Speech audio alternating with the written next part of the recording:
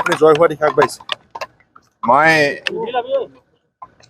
ডিব্ৰুগড় লোকসভা সমষ্টিৰ ৰাইজক আন্তৰিকতাৰে শ্ৰদ্ধা আৰু কৃতজ্ঞতা জ্ঞাপন কৰিছোঁ। তেখেতসকলেই এই গোটেইখিনি সম্ভৱ কৰি তুলিছে আৰু বৰ্তমান আপোনালোকে সকলোৱে জানে যে দেশত মাননীয় প্ৰধানমন্ত্ৰী নৰেন্দ্ৰ মোদী ডাঙৰীয়াৰ নেতৃত্বত যোৱা 10 বছৰে যিমানবিলাক উন্নয়নমূলক কাম হ'ল তাৰ বাবে দেশৰ সকলো শ্ৰেণীৰ ৰাইজ উপকৃত হ'ল।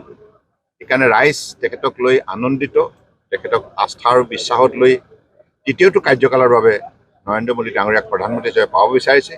সেইবাবে এই দেশতেই এইবাৰ ভাৰতীয় জনতা পাৰ্টীক আন্তৰিকতাৰে আঁকোৱালি লৈছে আৰু বিজেপি নেতৃত্বাধীন NDA আমাৰ গঠবন্ধনক সকলো ঠাইতে সঁহাৰি জনাইছে।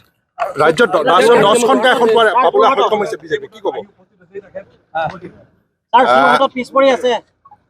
শুনক, এটা কথা, এতিয়াও ভোট গণনা চলি আছে, গতিকে শেষ হোৱা নাই। এক সময়লৈকে আপোনাৰ ধৈৰ্য ধৰিব লাগিব।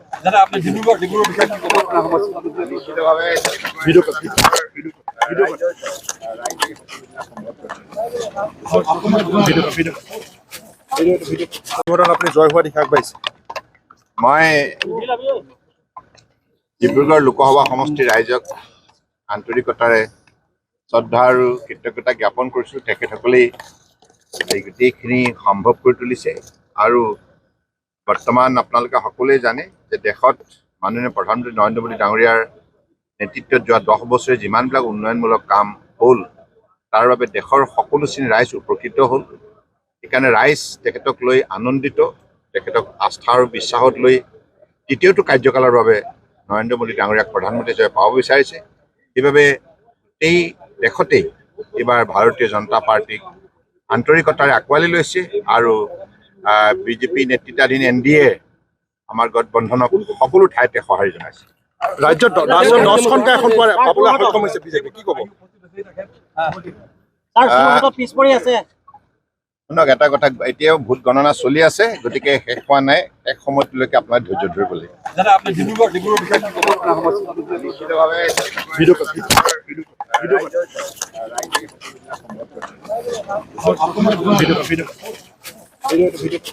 আপুনি জয় হোৱা দিশা আগবাঢ়িছে।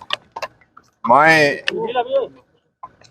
ডিব্ৰুগড় লোকসভা সমষ্টিৰ ৰাইজক আন্তৰিকতাৰে শ্ৰদ্ধা আৰু কৃতজ্ঞতা জ্ঞাপন কৰিছোঁ। তেখেতসকলেই এই গোটেইখিনি সম্ভৱ কৰি তুলিছে আৰু বৰ্তমান আপোনালোকে সকলোৱে জানে যে দেশত মাননীয় প্ৰধানমন্ত্ৰী নৰেন্দ্ৰ মোদী ডাঙৰীয়াৰ নেতৃত্বত যোৱা 10 বছৰে যিমানবিলাক উন্নয়নমূলক কাম হ'ল তাৰ বাবে দেশৰ সকলো শ্ৰেণীৰ ৰাইজ উপকৃত হ'ল। সেইকাৰণে ৰাইজ তেখেতক লৈ আনন্দিত, তেখেতক আস্থা আৰু বিশ্বাসত লৈ তৃতীয়টো কাৰ্যকালৰ বাবে নৰেন্দ্ৰ মোদী ডাঙৰীয়াক প্ৰধানমন্ত্ৰী হিচাপে পাব বিচাৰিছে।